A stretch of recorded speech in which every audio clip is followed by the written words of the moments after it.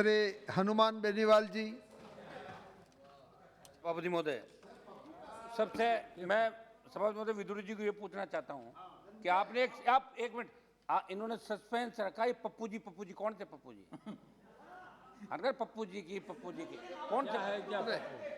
आप चलो बात कीजिए। है अरे भाई आप यू एड्रेस टू चेयर, आप अपनी बात रखिए। पप्पू जी, हनुमान जी आप अपनी बात रखिए, समय समाप्त हो जाएगा, बात रखिए काइंडली। हनुमान जी बात रखिए सभापति महोदय। हाँ, आप अपनी बात रखिए। नहीं सभापति महोदय, मैं तो ये पूछ रहा था कि नहीं, आप अपना अपना विषय रखो। जो हम सब सोच रहे हैं वही पप्पू जी है, दूसरे हैं। ठीक है, तो आगे समझ में। सभापति महोदय, आपने बजट पर बोलने की अनुमति दी, इसके लिए धन्यवाद। सभापति महोदय, मेरे से पूर्व पक्ष विपक्ष के विद्वान सांसदों ने अपनी बात रखी। सभापति महोदय, इस बजट से देश के नौजवानों को, किसानों को और आम आदमी को बहुत बड़ी उम्मीद थी कि अब की बार का जो बजट है वो अलग तरीके का आएगा, रोजगार की गारंटी होगी, किसानों का बहुत बड़ा भला होगा इस बजट के अंदर। लेकिन जब बजट पढ़ा तो इसके अंदर कोई विशेष इस बजट के अंदर नहीं लगा। आपके जो 2 साल के पहले के बजट थे उससे हटके ये बजट, जो प्रधानमंत्री जी का बजट है, ये हमें नहीं लगता कि 25-50 साल की जो बात आगे की कही है वहाँ तक हम पहुँच पाएंगे। सभापति महोदय, ये सवाल ये उठता है कि आपने कहा विश्वास का क्या होगा। पिछले 7 सालों में लोग आप पे भरोसा करके आपको सत्ता में लाए। कांग्रेस के कुशासन से दुखी होके लंबे समय बाद एनडीए के साथ साथ भारतीय जनता पार्टी को अकेले 303 का बहुमत दिया। लेकिन अब की बार का जो बजट था उससे नौजवान, किसान और तमाम मध्यम वर्ग को एक झटका लगा। उनको लगा कि बजट हमारी आशाओं के अनुरूप नहीं है, हमें आगे लेके नहीं जाएगा। सभापति महोदय, आपके माध्यम से मैं बताना चाहूँगा कि बजट में वित्त मंत्री जी ने अपने 25 सालों के ढांचागत विकास की रूपरेखा तो करी, लेकिन आप अगले आम आदमी 25 दिन या 25 महीने किस उम्मीद पर बिताएगा, इस बारे में बजट किसी तरह की आश्वस्ति नहीं देता। पिछले 2 सालों में कोरोना काल के अंदर लगाए प्रतिबंध उद्योगों और नौकरियों पर बहुत बुरा असर पड़ा। रोजगार खत्म हुए, आधे वेतन पर लोग काम करने को मजबूर हुए, महंगाई बेतहाशा बढ़ गई, स्कूल कॉलेज बंद रहे, जिस वजह से ऑनलाइन पढ़ाई करना विद्यार्थियों की मजबूरी हो गई थी। सभापति महोदय, महामारी के कारण स्वास्थ्य खर्चों में बढ़ोतरी हुई। कृषि कानूनों के विरोध में किसानों को साल भर तक आंदोलित रहना पड़ा, जिसका व्यापक असर ग्रामीण अर्थव्यवस्था पर भी पड़ा। सभापति महोदय, अगर बजट में जिक्र हुआ गति और शक्ति का, बजट में बताया कि वित्त वर्ष 22-23 में 25,000 किलोमीटर के हाईवे तैयार किए, 3 सालों में 100 नए कार्गो टर्मिनल विकसित किए, पीएम गति शक्ति योजना के तहत रोड, रेलवे और वाटरवेज के इंफ्रा और लॉजिस्टिक्स विकास पर फोकस किया जाएगा। इस सब बड़ी बड़ी बातों और योजनाओं में गाँव का भारत हमें गुम होता हुआ नजर आ रहा है। ऐसी सुनिश्चितता सरकार कैसे लाएगी? मध्यम वर्ग जिसने सबसे ज़्यादा वोट आप लोगों को डाले, बजट के अंदर उनको निराशा हाथ लगी। इस बजट में अपने लिए करों में रात की उम्मीद लगा कि आम आदमी बैठा था कोरोना काल के अंदर, आर्थिक व्यवस्था, आम आदमी रोजगार से जूझ रहा था, लाखों लोग भी चले गए, लेकिन आपने आयकर स्लैब में कोई बदलाव नहीं किया। वित्त मंत्री जी का आम मध्यम वर्ग के लोगों के लिए ये संदेश है कि हमने 2 साल से इनकम टैक्स नहीं बढ़ाया और लोगों पर कोरोना काल के बावजूद टैक्स नहीं बढ़ाया, ये सबसे बड़ी राहत है। लेकिन कोरोना सहित अभी अन्य कारणों जो हालत निर्धन में मध्यम वर्ग के बने, उस पर सरकार ने गंभीरता से बजट में कुछ नहीं किया। सभापति महोदय, कृषि क्षेत्र के लिए जो आम बजट 22-23 में कृषि क्षेत्र के कुल आवंटन में केवल 4.8% वृद्धि हुई, जबकि फसल बीमा और किसानों की न्यूनतम समर्थन मूल्य एमएसपी को सक्षम करने वाला आवंटन के भारी इसके अंदर कमी की गई है।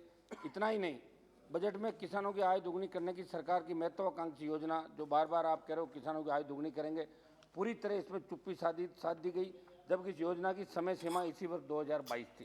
सभापति महोदय, बजट में कृषि क्षेत्र के लिए वित्त वर्ष 22-23 में चालू वित्त वर्ष 21-22 से केवल 5700 करोड़ रुपए की मामूली वृद्धि हुई है।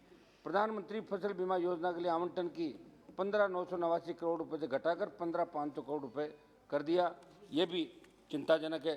सभापति महोदय, एमएसपी पे जब किसान आंदोलन चला, सहमति बनी, तीनों कृषि बिल किसानों के आंदोलन के चलते सरकार ने भारी दबाव के अंदर तीनों कृषि बिल तो वापस ले लिए और एक वादा किया था किसानों को कि एमएसपी पे गारंटी खरीद गारंटी का कानून बनेगा।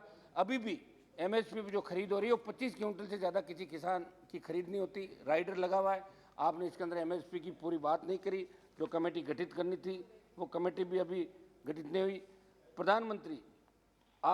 प्रधानमंत्री अन्नदाता आय संरक्षण योजना और MIS, PSS और मूल्य समर्थन योजना के आवंटन में भारी कमी की गई। परिणाम आशा को सिर्फ 1 करोड़ रुपए का आवंटन किया, जबकि वित्त वर्ष 21-22 में इसी मद पर 400 करोड़ रुपए खर्च किए गए थे।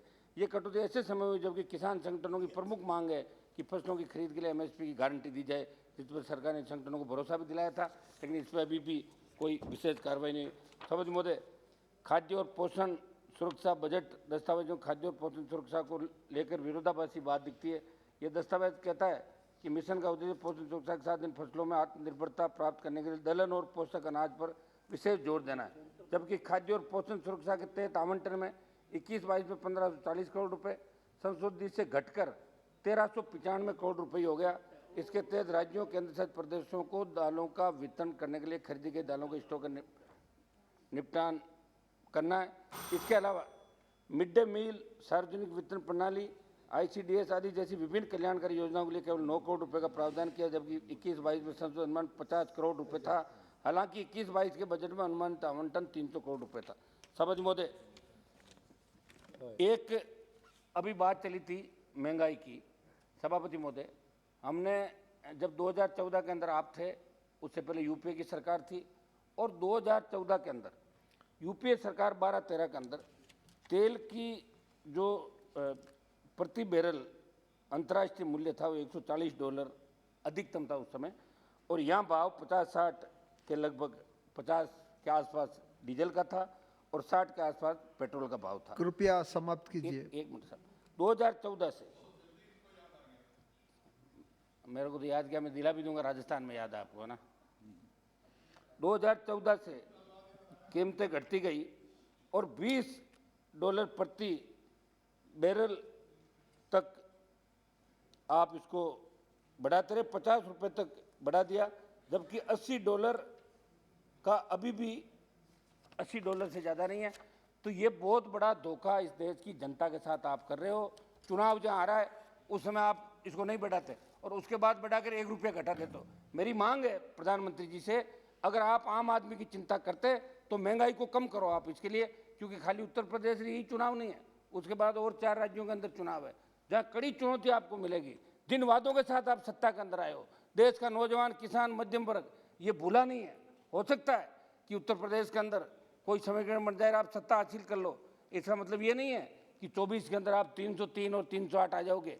एनडीए के धीरे धीरे साथियों ने आपको छोड़ दिया, 1 गए, 2 गए, 3 गए, 4 गए, एक्सक्यूज मी, करीब तेरे जाए। हेलो, एक सेकंड, एक्सक्यूज मी, अब सुनो जी। Honourable members, honourable minister of parliamentary affairs will make an announcement. मंत्री जी।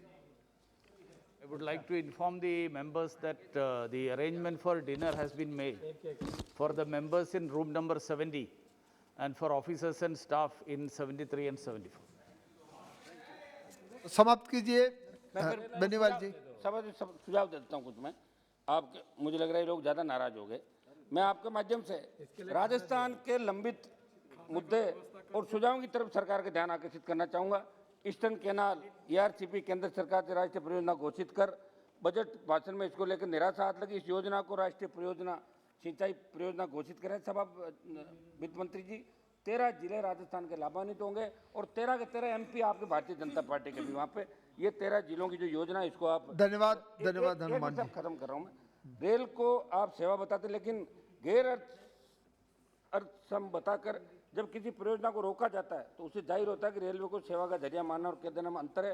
राजस्थान को रेलवे जुड़ी परियोजनाओं में इस बजट में निराशा हाथ लगी, जिस पर सरकार को ध्यान देने की आवश्यकता है। सबसे बड़ी बात कि रेल मंत्री जी राजस्थान चाहते हैं, तो ये राजस्थान सहित पूरे देश का वैसे ध्यान रखेंगे, विशेषकर राजस्थान और मारवाड़ से जहाँ से आते हैं, जहाँ मेरा भी संसदीय क्षेत्र है, तो आप इसका भी ज़्यादा ध्यान रखेंगे। कोरोना का नाम लेकर पिछले वित्तीय वर्ष का सांसदों का बजट, एक मिनट साहब खत्म कर रहा हूँ मैं। बजट सांसदों का आपने ले लिया, सरकार के अंदर वैसे कोई कमी नहीं होती, हमारे राजस्थान के अंदर विधायकों का बजट बढ़ा के 5 करोड़ कर दिया और हमारा पूरा ही 2 साल का बजट ले लिया, 2 करोड़ रुपए उसके अंदर दिए। मेरी मांग रहेगी कि वो तो 5 करोड़ रुपए सांसदों को दे ही दे। इसके अलावा संसदीय क्षेत्र इतने बड़े सभापति जी, आजकल सांसदों को तो लोगों ने मुख्य अतिथि बुलाना ही बंद कर दिया, कार्ड में नाम ही नहीं लिख रहे हैं। भाई पैसा नहीं क्यों बुलाएंगे लोग? इसलिए मैं चाहता हूँ कि 50 करोड़ रुपए बजट सांसदों का कम से कम सालाना करो। इससे कोई Thank you very much. एक मिनट मेरी बात समाप्त करूंगा। मैं ये मेरी मांग रखूंगा, किसी भी क्षेत्र में जरूरी कार्यों वहाँ की कमियों को जानकर स्थानीय सांसद को ऐसे में हो सकती है। तो वैसे सांसदों का आपने एक अच्छा काम किया था, वो आपकी मैं तारीफ भी करूंगा कि दिशा का चेयरमैन सांसद होता है, वो आपने ही सांसद की उपस्थिति दर्ज कराई। पहले सांसद को कोई नहीं पूछता था, ये सही बात है। लेकिन कई राज्यों के अंदर दिशा की मीटिंग नहीं होने देती वहाँ की स्टेट गवर्नमेंट, ये भी दुर्भाग्यपूर्ण है।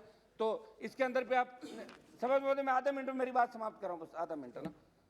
डिजिटल शिक्षा, प्रत्येक काम को डिजिटल तरीके से करने में जोर दिया जा रहा है, लेकिन केंद्र इस बार ध्यान क्यों नहीं दे रही है कि सरकार की BSNL की 4G सेवाएं लोगों को नहीं मिल रही है। दूर दराज क्षेत्रों में आज भी नेटवर्क का अभाव रहता है। राजस्थान की भौगोलिक स्थिति को देखते हुए अगर देश में किसी को विशेष राज्य का दर्जा मिले तो राजस्थान को विशेष राज्य का दर्जा दिया जाए। जब Thank you, उद्योगों में thank you. आगे बढ़ाते हैं Thank तो you, श्री किसानों के विजय लिए भी कुमार, को संपूर्ण विजय कर्जमाफी कुमार, करने का रोड में अंशलक जी।